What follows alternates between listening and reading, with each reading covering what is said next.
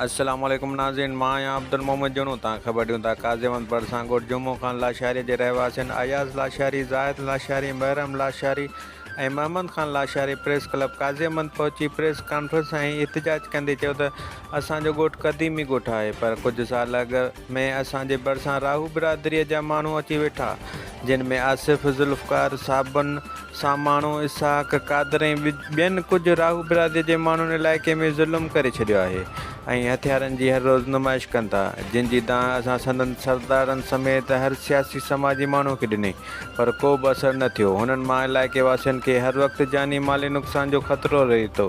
काल्ह असांजे हिकु जोने खे रस्ते वेंदे अगवा करे तज़ील करे खेसि तशदुद जो निशानो बणायो वियो ऐं जॾहिं उन जी ॻोल्हा करण लाइ ॻोठाण निकिता त उन्हनि जे मथां सिधा फायर कया विया, जंहिंजे नतीजे में अशोक अली लाशारी, मंठार अली लाशारी सख़्तु ज़ख़्मी थी पिया, जिन खे काज़ीमत इस्पताल पहुचायो, जितां जवाबु मिलण ते नवाब शाह इस्पताल खणाए वियासीं, जिते कुझु सीरियस मरीज़ खे कराची जना इस्पताल रेफर कयो वियो।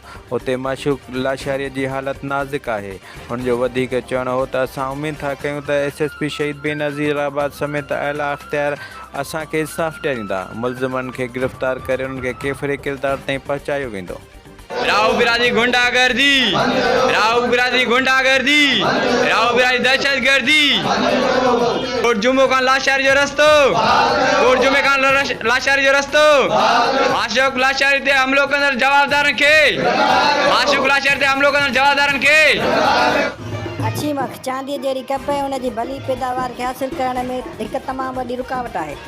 वेगेट अच्छी मख खां पाक चांदी जहिड़ी भली पैदावार।